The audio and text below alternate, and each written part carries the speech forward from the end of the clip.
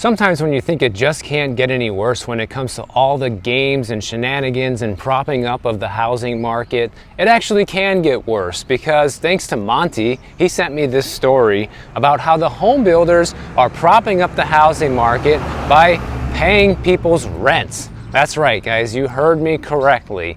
You know, we already know that home builders have been doing massive mortgage rate buy downs, still allowing people to buy homes today, sometimes even with a 4 or 5% mortgage rate, at least temporarily. Sometimes it's permanent. Other times they do straight out price reductions. We've seen the price of brand new homes fall substantially since about a year ago, and it's down actually about 13 to 15% right now compared to where it was. So brand new home prices have fallen quite a bit, and throw in all the subsidies they've been doing to get buyers into homes, it's been helping keep this market alive, and it keeps the comps higher than they should be. So Ivory Homes out in Utah, they have a lot of different incentive programs, and one of them, besides buying down interest rates, is helping home buyers sell their current home.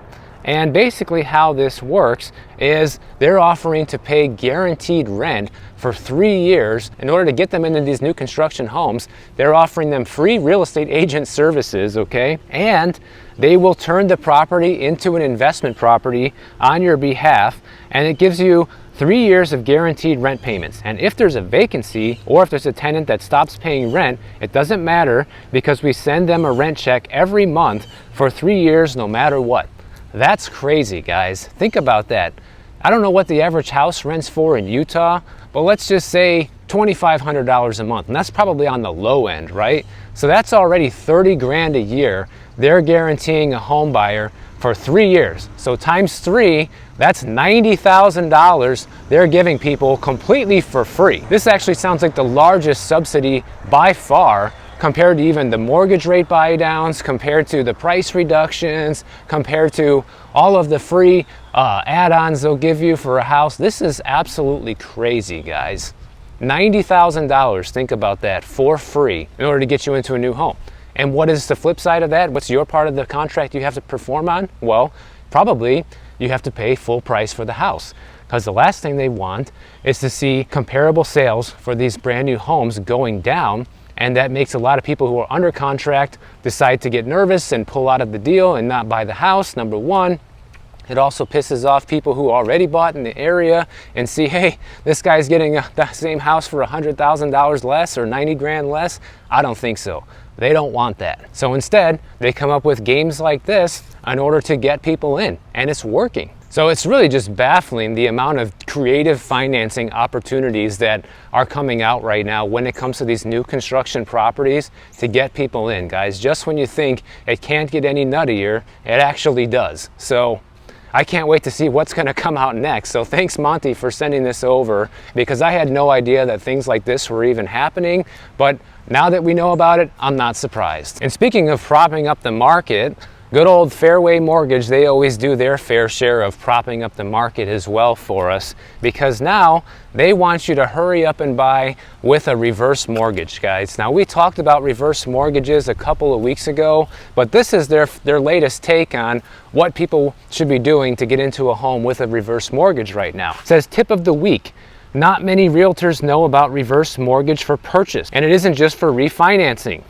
Buyers 62 and older can purchase a home with 30% to 60% down and never have a mortgage payment ever. Your all-cash buyers can increase their purchasing power and still avoid making mortgage payments monthly. For example, an all-cash buyer with $300K can purchase a house for around $500K and still never make a monthly mortgage payment.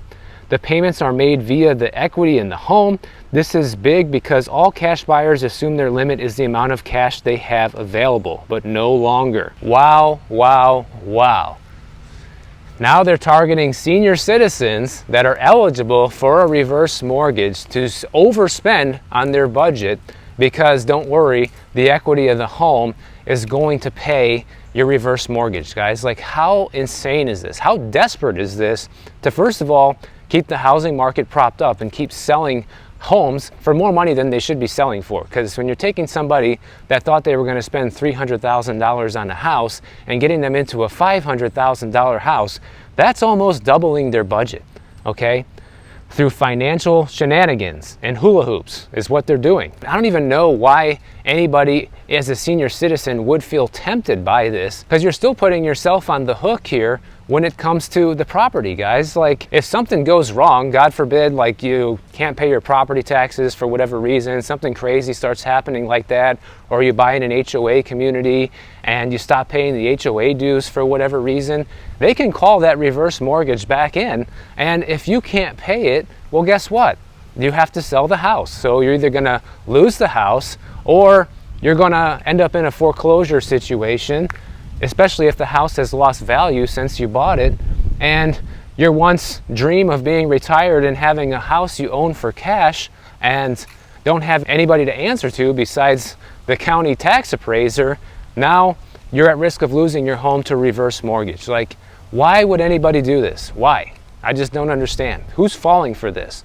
But yet, they're coming up with these creative financing solutions to get people into houses, thinking that this is going to be the next best thing since sliced bread.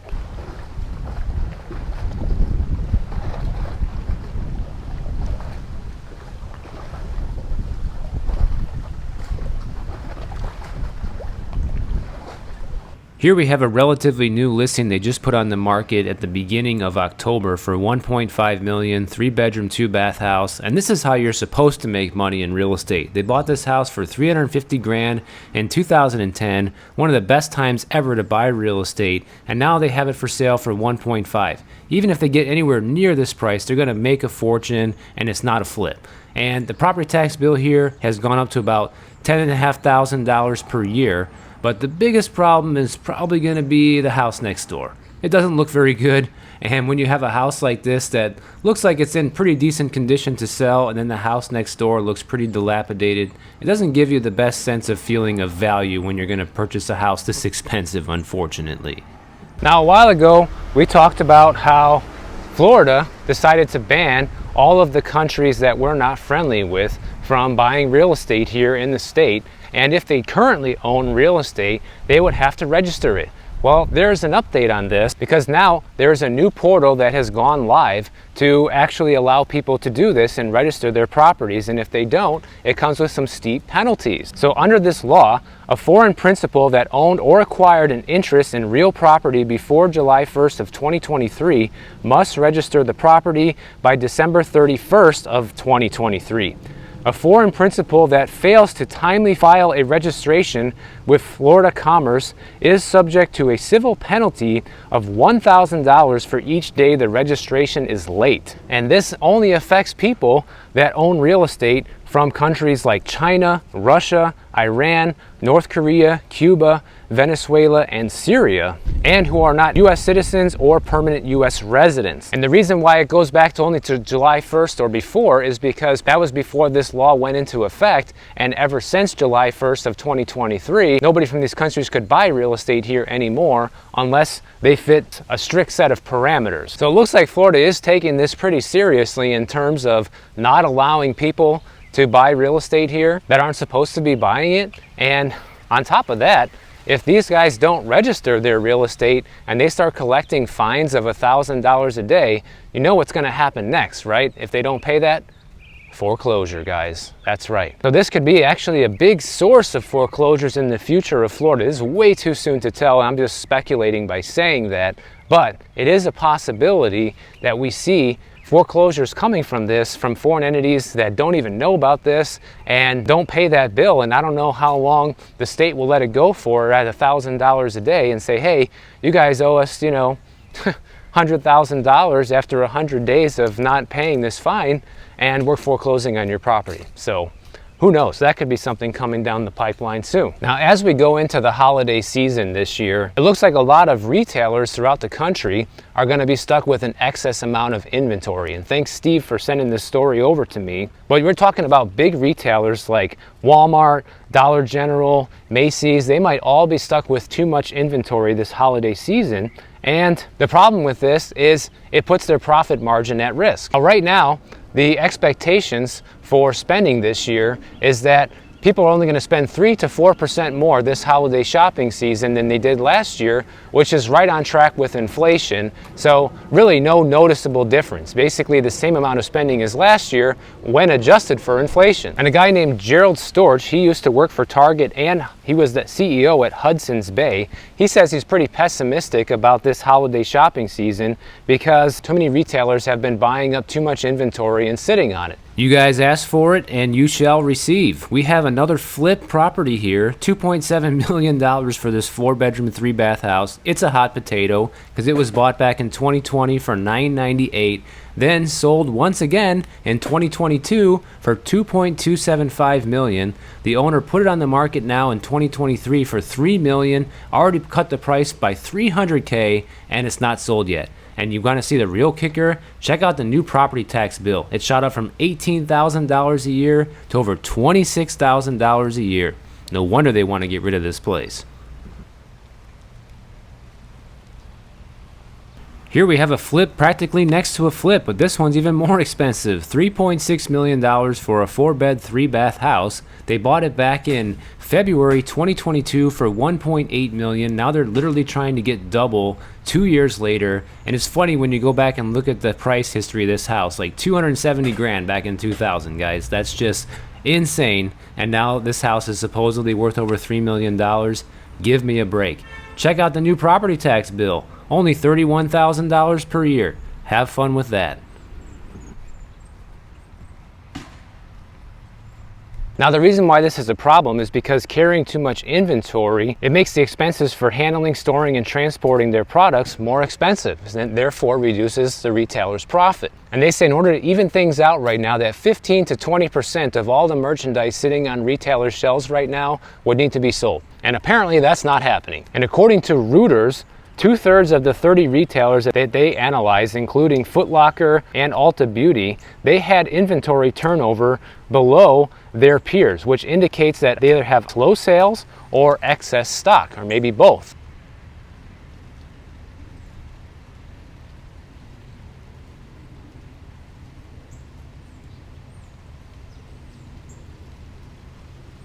And apparently the retailers that are hurting the most from all of this are dollar stores, ironically enough, because I thought business was booming at the dollar stores considering everything's cheaper there than traditional retailers. But apparently that's not happening either. And so apparently now last year this was already a problem that retailers had too much inventory, and apparently they're on track to repeat this mistake again this year.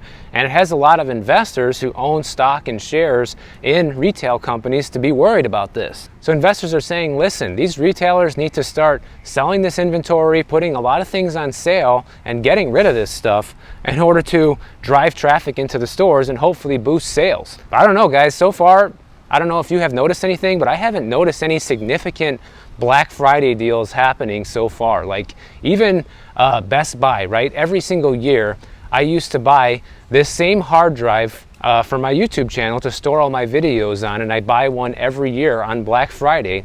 And to put into perspective, up until last year, that hard drive used to be like $80 or $90, and it was a 5 terabyte hard drive, so it stored a lot of data. Well, as of last year, that drive was well over $100, and this year they want like $130 for it. So talk about inflation, first of all, but how is that a deal? That's not a deal at all. Saving $5 off the actual full price of the item, and on top of that, you know, it's almost double what it cost just a couple of years ago. That's not a deal. That's not bringing me into the store. That's making me look elsewhere for a better deal because it's a horrible deal. If you guys are seeing places where there's, you know, tremendous Black Friday deals and a retailer that's slashing prices like no tomorrow, let me know, because so far I haven't seen it. But according to this story from Reuters, there are a couple places that are doing this, most notably Kohl's and Macy's. They have discounts in their stores right now up to 60% off. So if you live close to a Kohl's or Macy's and you need to do some holiday shopping, there you go. I'm wondering if this is even going to be enough to lure people in, because so many people are struggling right now with debt and with high rent payments, high mortgage payments, high property taxes that just went up for a lot of people, you know, facing higher insurance rates coming next year. Like, there's so many obstacles being thrown at people. And we already know that a lot of people are struggling from this. I've been covering how much debt has been going up in different categories, like with credit card spending, the amount of HELOC borrowing that's been going on, the the amount of personal loans that people have been taking. Most recently, people have been taking money out of their 401ks using a hardship withdrawal or taking a hardship loan, you know, different things like that. People are reaching into different jars across the spectrum and taking cash out of each one of them to try and stay afloat right now. And I'm not sure if getting, you know, a decent discount off some crap that was made in China is going to be enough to pull people in. Let me know what you think. It'll be interesting to see what the actual reports are when they come out of how well the Black Friday sales did this year compared to previous years. Because if it's only just in line with inflation like they're expecting it to be, that means no difference whatsoever. That means no bump in spending. But it does still mean the same level of spending as a year ago, which was still better than expected if you ask me, considering how much trouble people seem to be in right now with their finances. Now, one thing I talked about before that I want to cover again here for a minute is fees that different apartment complexes charge. And Noreen, she sent me over different fees that these apartment complexes in Florida are charging. And it is just crazy, guys. Like, yeah, rent might be going down in some places, but if you add on all these fees, it might actually be going up by the time you pay for all this stuff. Take a look at this. Parking fee, $15 a month. For a second vehicle, it's an additional $75 a month, okay? Package delivery fee, bringing the package to your front door, essentially $15 a month. Amenity fee, $25 a month. So you can't use the pool or anything like that unless you pay an extra 25 bucks a month. How crazy is that? Recycling fee, they're charging you basically for the recycling pickup, $3 a month. They're charging you to charge you, a billing fee of $5 to $12 a month. Cable and internet package, which is not optional. You have to pay for this according to her, and that's $89 to $125 a month. Common area electricity fee, $15 to $25 a month, which also can vary, by the way. Move in, move out elevator fee, $100. You got application fee, $95. Administrative fee, $250. Approval fee in lieu of a deposit, which is non-refundable, $300 or $600 or $1,000 based on your credit report. This is out of control that places are even allowed to charge all of this, guys. Like, I'd be willing to bet that a lot of these apartment buildings are now making almost as much money off these fees as they are on rent, because with how much expenses are going up for these properties, like the property taxes, insurance, and upkeep of these big buildings, how much is the profit margin really at the end of the day by the time all those expenses have been paid for? But when you throw in all these fees, it's almost 100% profit, because you're making your tenants pay for the trash pickup and the electricity in the common areas and using the pool and all this stuff. So essentially, they're the ones covering all these ancillary expenses that these multifamily buildings have. So this is kind of like the reverse of what's happening with the home builders, like we talked about earlier. The home builders are literally paying people's rent for 3 years so they can sell their house and move into the brand new house that they want to sell them. Well, with these rental companies, it's exactly the opposite. You have them charging a lower rent, right, or an introductory rate to get you in, but then once you're in, they scam you with all these crazy, ridiculous fees. I mean, if you add all this up, just off the top of my head, this has to be at least another $300 a month for a lot of people. By the time you get the mandatory cable and internet package, by the time you pay for the common area electric and the amenity fee, charge you for billing and all this stuff, like, you're easily over $200 a month right there, and possibly closer to $300 if you pay for all this stuff. So it's completely out of control. And this is one of the main arguments, if you ask me, to rent straight from a landlord that just owns like a regular house, you know, and you don't have to deal with all these ridiculous apartment fees, because chances are, if you just deal with a regular landlord, you won't have any of these fees. So if you guys enjoyed this video, make sure you subscribe to the channel. And if you don't want to wait for my next video to come out, check out this one on the screen right over here, and I'll see you in the next one.